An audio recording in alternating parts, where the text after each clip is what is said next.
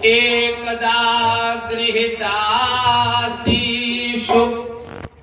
यशोदानंद गेहिनी कर्मांतरनियुक्तासु निर्ममंथ स्वयं तथी। एकदा गृहीतासीषु, एकदा माने एक बार, गृहीतासीषु घर की दासियों को कर्मांतर नियुक्तासु दूसरे कार्यों में लगा दिया, नियुक्त कर दिया। और निर्ममंथ स्वयं दधी, मैया स्वयं दही मथने के लिए बैठ गई।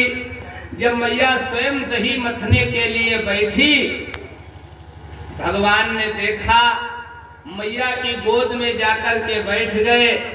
अब कहा, मैया एक बात बताओ, तुम हमें ज्यादा स्नेह करती हो या सामने चूल्हे पे दूध उबल रहा उसे चाहती हो?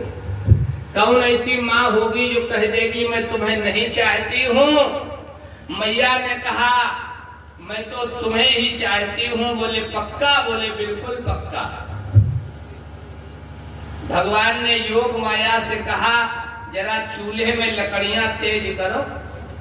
हाँ, ये भगवान की लीला है। योग माया ने अग्नि तेज की।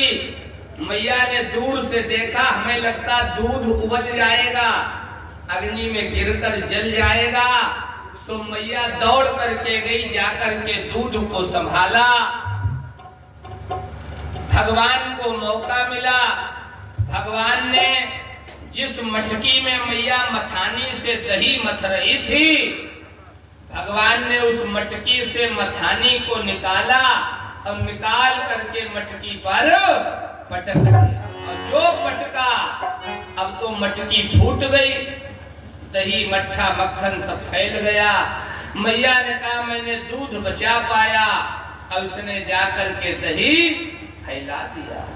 अब यहाँ ध्यान देना, जिन घरों में दूध जमीन पर फैल जाता, अग्नि में गिर के जल जाता, मैया आज संदेश देना चाहती है, उन घरों में उनके पुत्रों की, उनके संतानों की और उनके पति की आयु क्षीण होती है, कम होती।